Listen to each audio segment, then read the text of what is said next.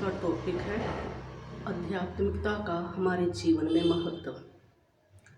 हम आमतौर पर देखते हैं कि व्यक्ति अपना समय वहीं पर लगाता है, वहीं पर स्पेंड करता है जहाँ उसे कुछ प्राप्ति होती है, कुछ उपलब्धि होती है, और वह कह देता है कि अध्यात्म तो बुजुर्गों के लिए ही है। परंतु ऐसी बात नहीं है।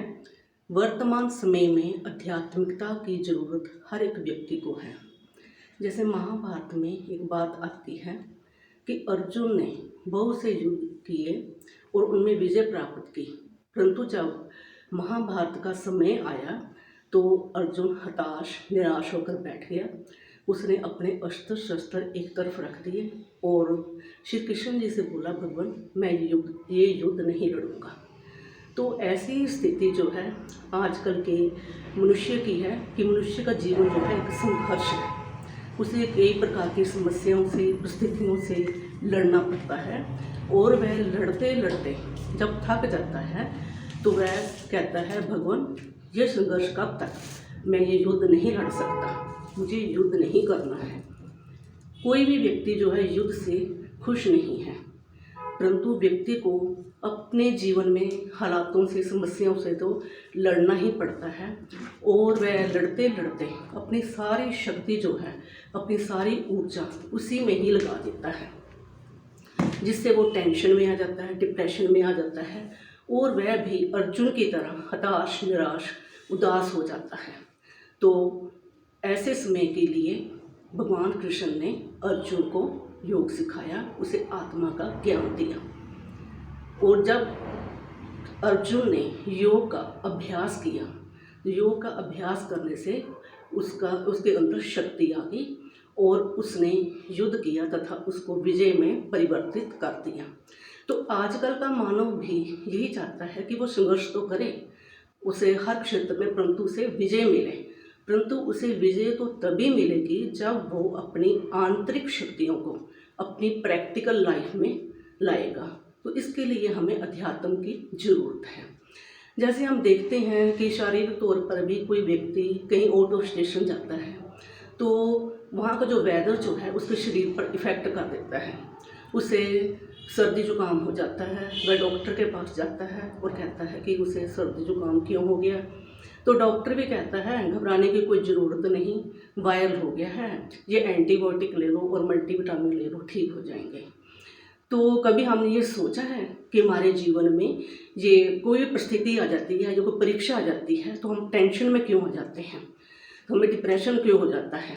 तो जैसे हम देखें एक बच्चा है जो स्कूल जाता है, तो जब उसके एग्ज़ाम आते हैं तो वो कहता है कि कल मेरा एग्ज़ाम है, मुझे टेंशन हो रही है। छोटा सा बच्चा भी टेंशन में आ जाता है। तो इसका कारण क्या है?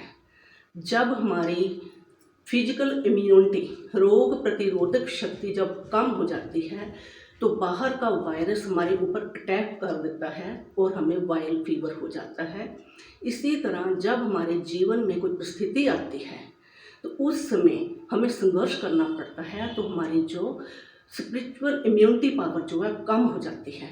तो उसके लिए कोई मल्टीविटामिन तो बना नहीं जो कि हमें अंदर से सशक्त कर दे। तो जैसे अपने शरीर को हमें तंदुरुस्त रखने के लिए 3 चीज़ों की ज़रूरत है, भोजन, आराम और व्यायाम। इसी तरह हमें आत्मा को भी तंदुरुस्त रखने के लिए तीनों चीज़ों की ज़रूरत है। पहले तो भोजन, आत्मा की खुराक क्या है? अध्यात्म चिंतन, जो कि आत्मा को सशक्त करता है। दूसरा आराम, आत्मा के लिए आराम क्या है? जब हम परमात्मा की याद में बैठते हैं और मन को एकाग्र करके उसको गहन शांति में ले जाते हैं, तब हमारा मन जो है शक्तिशाली बनता है। और जैसे कि हम रात को सोते हैं, हमारा शरीर तो सो जाता है, परंतु हमारा मन जो है इधर उधर भटकता है, मन को शांति नहीं मिलती। सिर्फ परमात्मा की याद में बैठने से, उसको शांति में ले जाने से ही हमारा मन जो है शक्तिशाली होता है। तीसरा है व्यायाम। व्यायाम आत्मा के लिए क्या है? पॉजिटिविटी। जब हम सकारात्मक चिंतन करते हैं, सकारात्मक सोचते हैं, तो हमारा मन जो है शक्तिशाली बन जाता है और उसमें हमारे सामने कोई भी परिस्थिति आ जाए तो हम उसको सहजता से पार कर जाते हैं। अगर हमारे जीवन में कोई टेंशन भी क्रिएट करता है तो उसके लिए भी हमें कोई ना कोई हल मिल जाता है और हम रीएक्टिवेट के बजाय एक्टिवेट हो जाते हैं। इसलिए जो अध्यात्म जो है हमारे जीवन की बहुत सी समस्याओं का हल करता है। भगवान कृष्ण ने अर्जुन को भी योग सिखाया। योग माना क्या है? जोड़, कनेक्शन। आजकल देखें तो संसार में मनुष्यों का कईयों से संबंध होता है। अगर किसी व्यक्ति का भौतिक वस्तुओं से संबंध हो तो उसके जीवन में भौतिक सुख आने लगता है, तो कह देते हैं इसके जीवन में भौतिक योग चल रहा है। अगर किसी का संबंध किसी कार्य से हो और वह समय पर पूरा हो जाए तो कहते हैं समय का संयोग ही ऐसा था कि वो कार्य समय पर पूरा हो गया।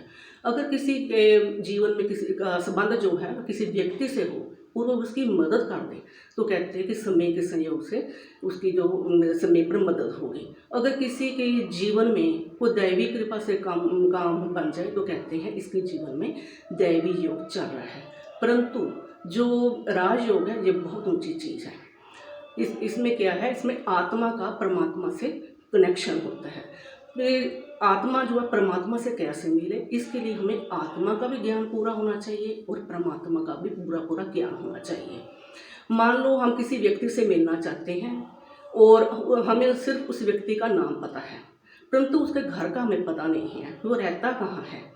तो हम चाहे सारे संसार में हम घूम लें, हम उस व्यक्ति से मिल नहीं पाते। इसी तरह हमें पता है कि परमात्मा तो है, हमें उससे बहुत कुछ मिल सकता है, परंतु हम उससे मिले कैसे, उसकी विधि नहीं हमें पता। तो ये सब कुछ जो है हमें राजयोग से ही प्राप्त होता है। राजयोग माना सर्वश्रेष्ठ हस्ती से हमारा मिलन। तो अर्जुन ने भी गीता में भगवान श्री कृष्ण को कहा कि प्रभु अध्यात्म क्या है?